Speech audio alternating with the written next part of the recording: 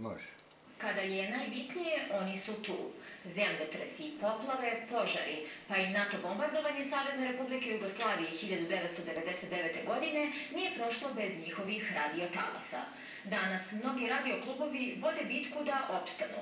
Slična situacija i sa radioklubom Valjevo, koji od 2000. godine nema ni svoje prostorije. Radioamaterizam je poslednjih godina zapostavljen. Jedini moment kada ga se svi sete jeste obeležavanje godišnjice NATO bombardovanja. Iako je u vreme NATO agresije na tadašnjom Saveznom Republikom Jugoslavijom u etru bilo preko 1000 radioamatera, zbog nedostatka finansijskih sredstava, u današnje vreme se mnogi radioklubovi gase. Slična situacija je i sa radioklubom Valjevo.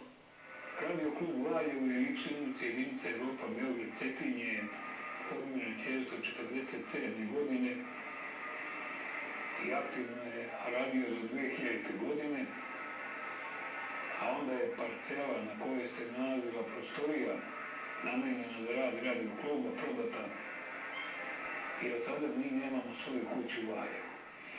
Znam da se obraćali našoj opštini 2-3 puta pismenim putem. Bilo je tu nekih obećanja, ali uglavnom se završavalo na obećanjima.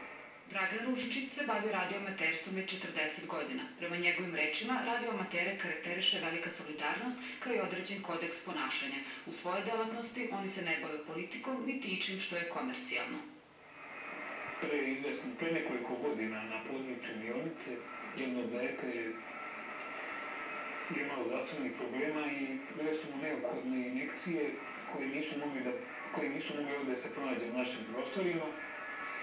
I zahvaljujući radioamateru jednom iz Mionice, mislim da je Petrović Mića, ta informacija je došla do radiokluba Y1 EBC, tu je bio Peđa Stefanović, a u akciju se uključio i Toma Petrović, jedan radioamater, vrstan radioamater iz Lajkovca, i u etar je otišla informacija da je neophodan lek. Javio se jedan radioamater iz Pariza, koji je pronašao taj lek, dopremio ga do aerodroma u Parizu. Drugi radioamateri su sačekali taj lek na aerodromu u Beogradu i drugi dan dete je imalo neophodne injekcije. U vreme NATO bombardovanja Savezne Republike Jugoslavije formirana je radiomreža za opasnost koja je funkcionisala na teritoriji cele zemlje.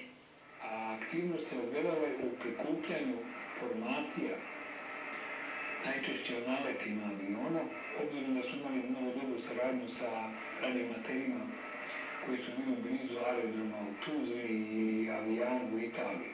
A radnici Krušvika, odnosno vatrogasci, mogu vam potvrditi koliko su bile dragocene informacije o naletima aviona.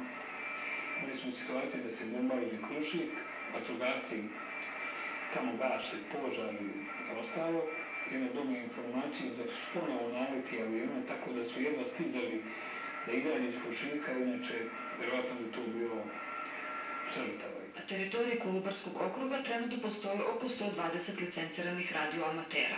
U 6 opština Kolubarskog okruga jedini radioklub koji ima svoje prostorije je Lajkovac. Ovaj naš